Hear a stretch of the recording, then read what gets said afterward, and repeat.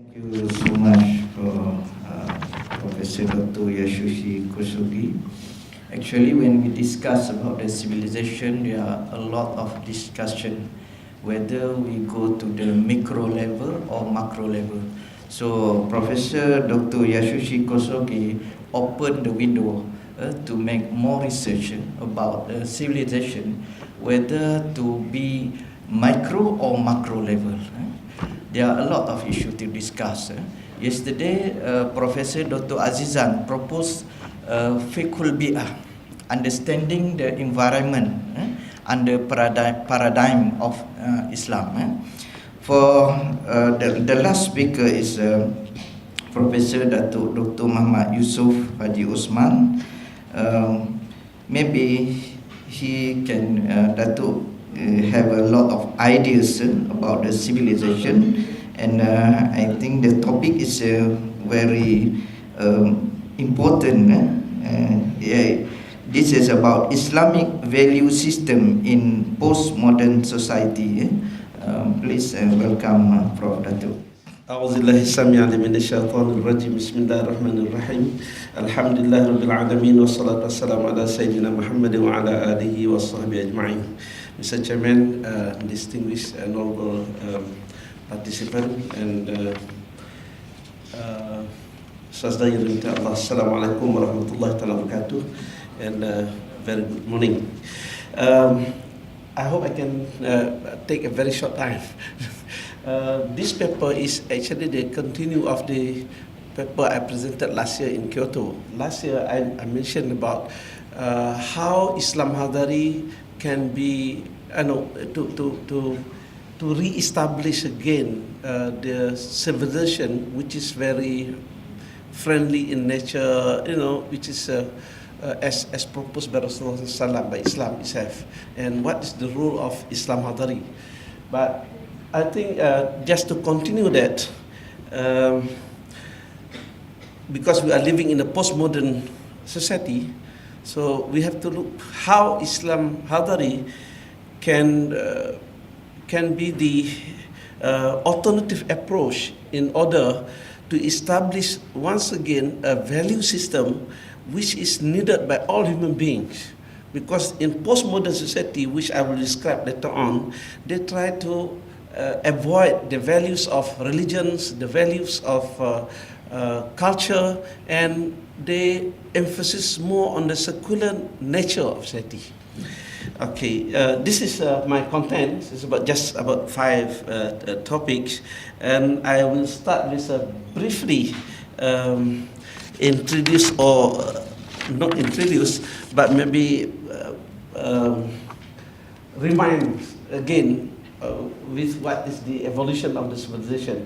Of course, as a Muslim, I do believe that Prophet Adam alayhi salam, he's a civilized man, right? Otherwise, God does not, send him to this world in order to save this world. But according to the Western perspective, because we are, according to Western perspective, we are, our forefather was ape.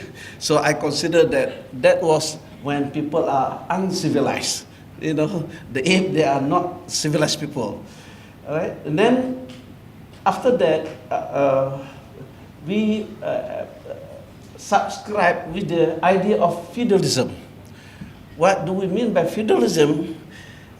The king, the emperor have the total authority how to develop the nation, how to develop the country, how to develop this world. They have full control. And the king and emperor, they were assisted by lord and nobles, where they assist the king. Ordinary people, like peasants, like workers, they have no say in giving their opinion how to develop the nation. That is the feudal system. We become the slave, of their regime. Then people, of course, people who don't like that, people will reject that. After years and years, and we introduced the socialist type of civilization, where people, they don't want to be governed by this emperor anymore, or the kings anymore, and they want so that the establish what they call it the central agencies. But this central agency will decide how the civilization, how the development, how to govern the country, how to give people food and whatever it is. But once again, people in the lower class, the workers, they have no say. Of course, people don't like it. And another system is democratic system, which is proposed by people in the West. But this system, the democratic system, the people elect their own leaders. People decide who are their leaders. So they establish the democracy, meaning they give the opportunity to every one of us. If you are matured citizen, so you can elect your leader. If you are matured citizen, you can be elected if you want. So then our democracy become part of the system, and of course it contradicts with socialists. And when the fall of Brezhnev, early 1980s, and the Russian was took over by Mr. Gorbachev, and Mr. Gorbachev introduced part of the democratic system of administration by, they call it perestroika and glasnost. Perestroika means rearrange the society, redistribute the wealth, adopt certain type of capitalists. And during that time, we remember that the American was, the president of America was Mr. George Bush, the father of George W. Bush. So they introduced in the West, the capitalist country introduced what they call it New World Order. Of course, people will ask, who order? So we have to follow that order. It's your order, it's the American order. Of course, we don't like it. Some people don't like it.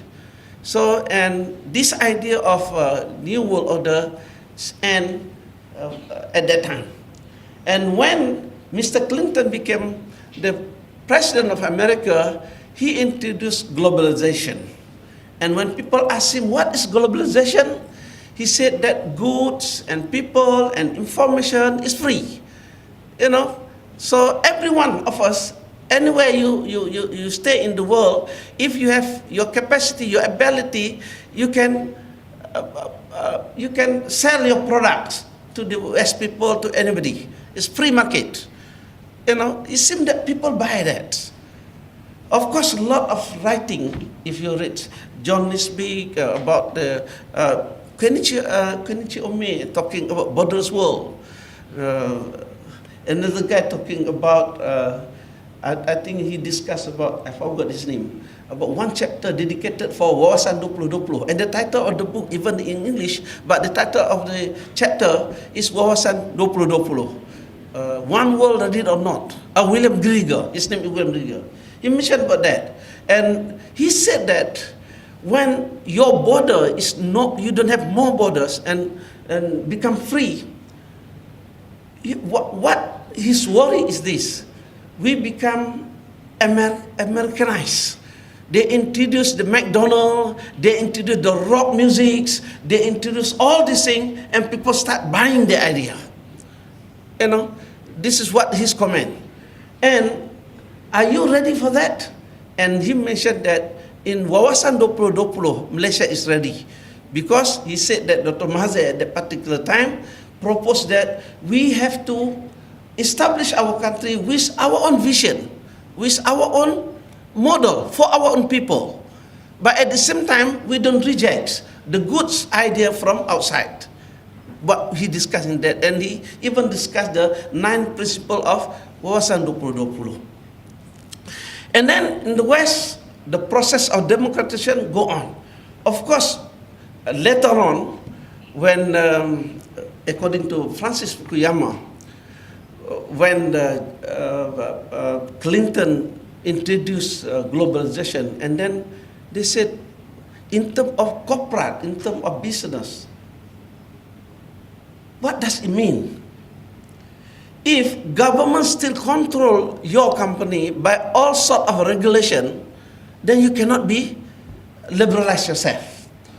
So 2 features in the globalization is one that you have to redo again with all this regulation, which stop you from importing thing, whatever it is, right? You have to regulate your system. Number two, you have to reduce your tax, corporate tax. In the old days, about 30%, 35%, and today it's only 20%, some countries less than that. And they said, by reducing the tax, the corporate tax, you give more opportunity to the corporate in order to develop their business. Instead of the government develop the company, so the company itself can be more free in order to develop or to establish or to bring whatever it is. So at that particular time, you can see some of the giant company in America, like Pan American Airlines, it cannot compete anymore because it's very expensive in order to operate this American airline. And in UK, you can see that car manufacturer in UK, like Leland, Morris, Oxford, collapse because they cannot compete with Japanese type of car, which is more cheaper, is much more better, and people in poor country can also have it. I still remember a joke by my colleague when discussed about this. If you go and see people in German and you say, "Sir, can I have a car?" And he will say, "How much money do you have?" "I have 30,000 ringgit. The money is yours and the car is mine. Because I produce Mercedes, I produce BMW, I produce Porsche. The cost is about 250,000 ringgit, not less. If you have that amount of money, that money is yours and the car is mine." But if you meet Japanese, this is a joke in the old days, and that Japanese will ask you, "Do you want a car?" "Of course I want a car. But how many do you have?" "I have 30,000. "No problem, I have a car for you." And then he bring Kanchil, a small car. Say, "Why is so small? You have 30,000 ringgit. But if you have 250,000 ringgit, I got Lexus for you." That's why they established technology where you can utilize in paddy field, in whatever, the motorcycle. You know, if you go to the West, I have BMW motorcycle. I have Harley Davidson. You know, you don't ride Harley Davidson in order to bring rice, you know. But you have Honda in Malaysia, small Honda Cup. And you can use this particular machine in your estate, wherever. Because people would like to. Then you can see the emergence of new industry and the collapse of another industry. And the demand to become free coming, and now we have this, we are in here, postmodernism. Just briefly speaking, what is postmodernism? According to Paul Weiss, just to share with you, it's not from my idea. I'm physicist.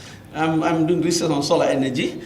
But I think this will affect us. If we don't take up the issue, as a Muslim, we are not going to challenge them, but we are going to give the alternative, right? If we don't understand, how can we give the alternative, right? According to Paul Weiss, there are 3 challenges for this modernism, where people become free. Because when people want to free, they want to free themselves from everything. Actually, they want to free themselves from religion, from cultural value, and from other people. That's why they don't want to get married. That's why they don't want to. They say, "This is my right." So they teach their own citizen. If you are a student, this is your right. If you're a small kid, this is your right. If you're a husband also have right. So until everybody asking for the right, and they call it under human right, and they make a regulation for that. According to Paul Weiss, with extreme secularism, meaning that you just accept whatever that you can think, and you know about religion, but you cannot accept it as a religion. This is the result of the postmodern society. And the value, and people will ask you, what is happiness? That's why you see, lately we have a lot of KPI. Happiness, they want KPI. A good university, they want KPI. They tend to forget that when we establish our university, that university has a purpose. You know, in order to develop our country, not to develop the world, to develop our country. But now everything KPI. And when this KPI come from the Western country and impose on the third world country or impose on other, you got problem. When the KPI of happiness based on the Western culture try to impose the happiness based on our culture, and there is a problem. There is a clash. Not clash of civilization, but the clash of this, what happiness? What do you mean by happiness? Tell me. So, when you're talking about well-being, I still remember this, Mr. People and Daniel, it come out with the KPI of this well-being. If you try to put that criteria into one society to another society, it doesn't work, because that criteria is good for the Western people, but not necessarily good for the third world country. So this is the sector. What we have done. That's why we have I don't reject 100% KPI. It's good KPI. At least we have some standard to achieve. But totally accept without intellectually critiques, I think it's wrong. It's wrong. Because we have to, what Professor Kosugi said, coexistent, meaning that I have my own value, he has his own value, and we would like to sit together. In Islam, the word is la ikraha fid din. But we want to be together. But your religion is your religion, my religion is my religion. How can I respect you as your religious matter? This is, but it seems that those who are against the norm, they consider as extreme. So they start label other people as extremists. So the extremism itself, to me, sometimes, it's not because of people, because those who don't accept LGBT, they consider as extremism. Why don't we accept LGBT? Because our religious obligation, our religious duty. To us, to reject LGBT, because religious duty. To them, it's against their norm. So when we against their norm, they consider as extreme, the level as extreme. This is a problem. So that's why come the extreme secularism. Number two is the individual versus society. In the old days, when in socialist system, the country, the nation will look after you. You don't have to care about food, because country will look after you. You don't have to look after even your house. If you go to China, I went to China early 1980s, during the communism. And the professor in Beijing University mentioned to me, I asked him, is it your house? No, we are communists. We cannot own the house. This house belongs to government, right? I pass away, somebody will take over this house. And we went from Shanghai to Anhui province. And for 9 hours journey by train. On the left and right of the train, we saw many people working in paddy field. And I asked, is it belong to them? No. It's belong to country. They're just workers. But everybody, they don't worry about feeding, because everybody have equal share. But when we introduce democracy, individual become, you give priority to individual. And finally, you ask them to do. Individual, they need everything. They need happiness, they need whatever it is. And then those people who they elected to become their leader have to find a way how to fulfill their needs. And finally, what happened, this is what I read from Francis Fukuyama, like in Greece, Iceland, what happened, because the leader promised during the election that they want to do this. And of course, the country don't have enough money to entertain every one of us. So finally, they borrow the money. They borrow and they borrow. Finally, they cannot pay back. And the country at risk. What happened in Spain, what happened in Greece, what happened in Iceland, they become debt. And the problem in EU, because of that. Because in their constitution, your right is, you have to respect that right without limitation.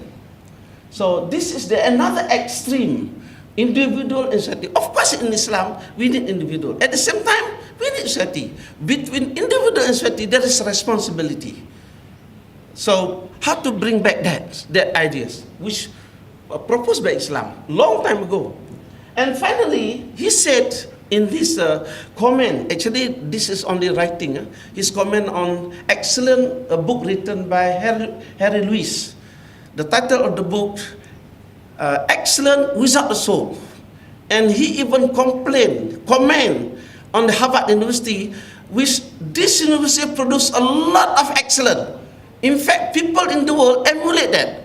They'll pick up, send their citizens, send the people to Harvard University, so that when they go back, they will establish the company, whatever it is. And according to Paul Weiss, Harvard University can only produce excellent people, but without soul.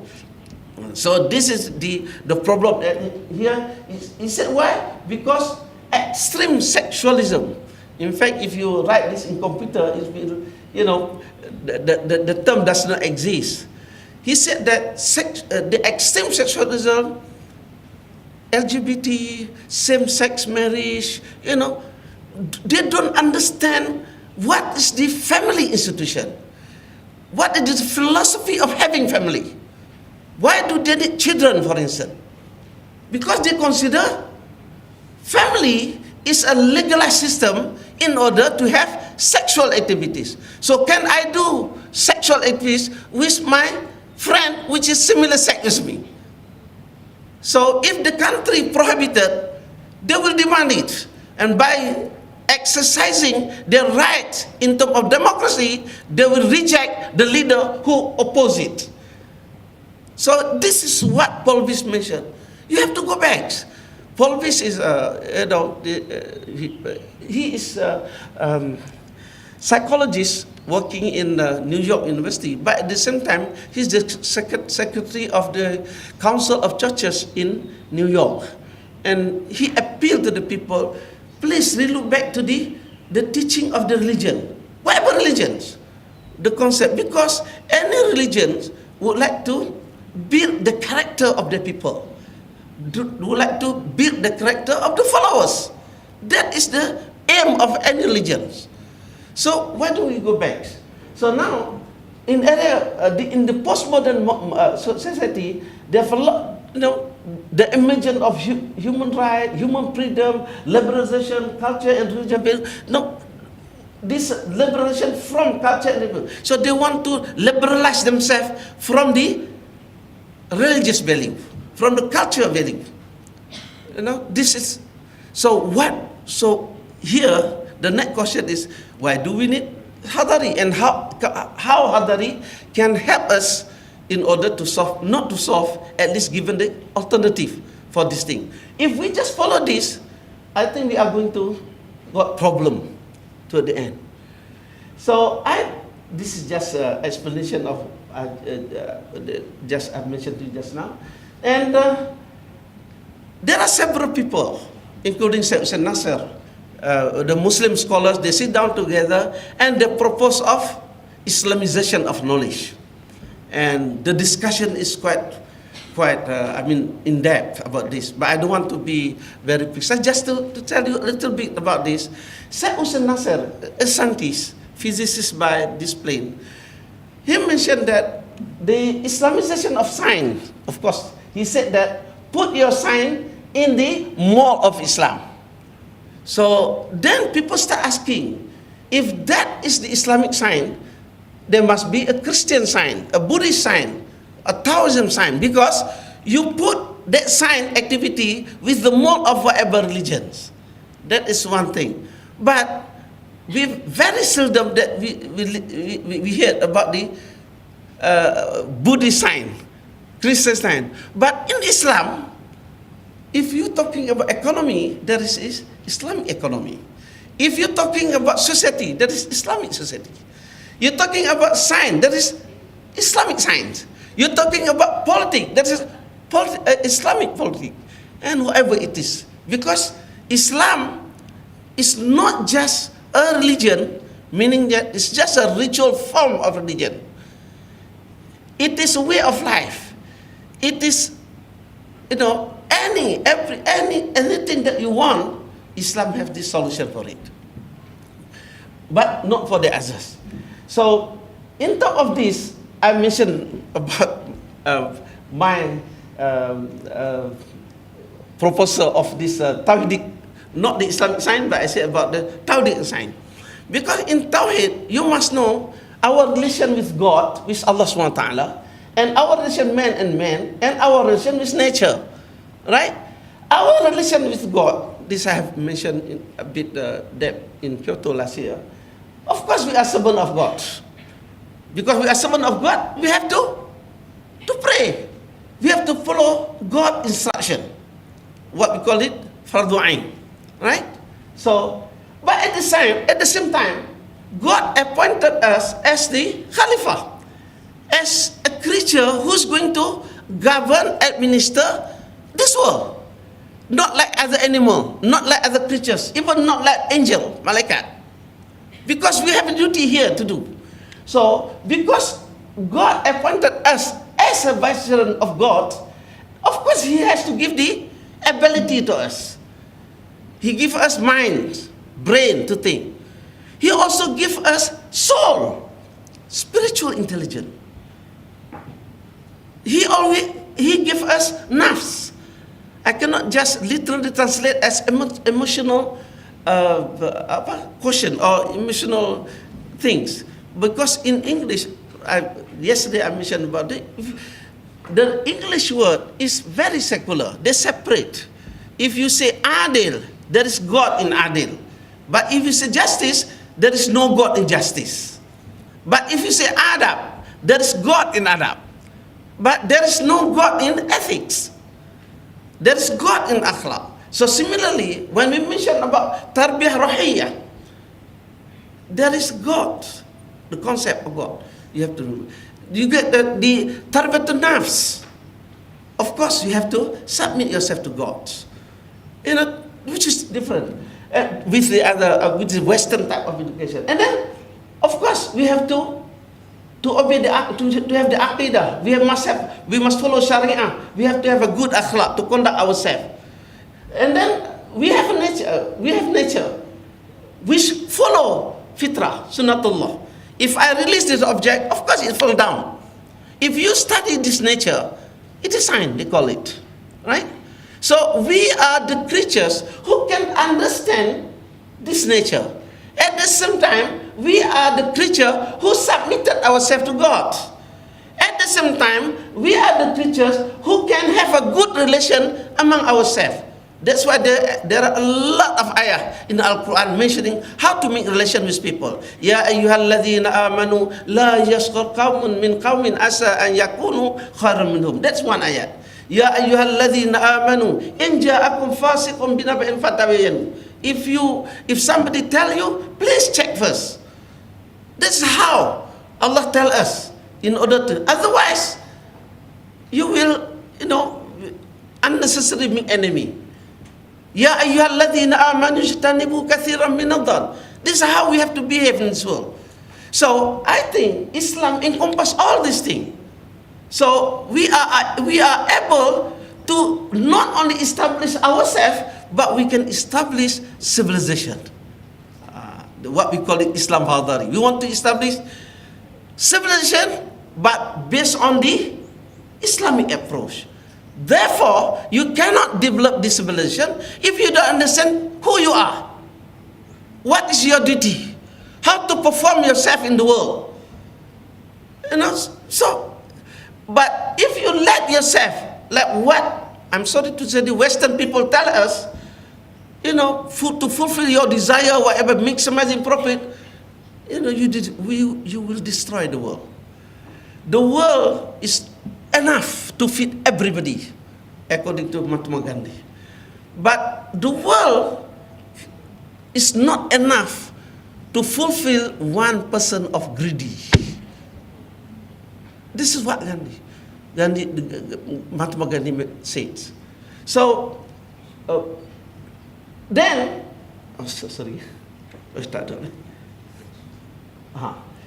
inside this, as human being, outside this, what you have to do, you must know what is Islamic worldview. What is the tasawwur of Islam? How Muslim look at this world. Not suppose Muslim. What every human being should know how to look at this world. What is the responsibility? And then we must have aqidah. Aqidah means philosophy. You must have a good philosophy in your life. Toward your God, whatever. And then you have to have a sharia, a rule. And you have to have adab and akhlaq. don't say ethics, because the concept of ethics is very secular.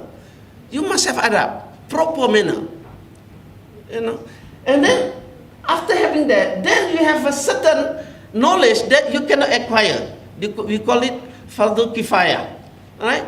So we have science and technology, we have engineering, we have health, we have architecture, and we can have so on and so on and so on, and many more. But from this, you develop the other knowledge. And by using that, maybe this can help us to re-establish a more peaceful world that we can live for sementara ini, when we still in this world. Wallahu a'lam. Wassalamualaikum warahmatullahi wabarakatuh.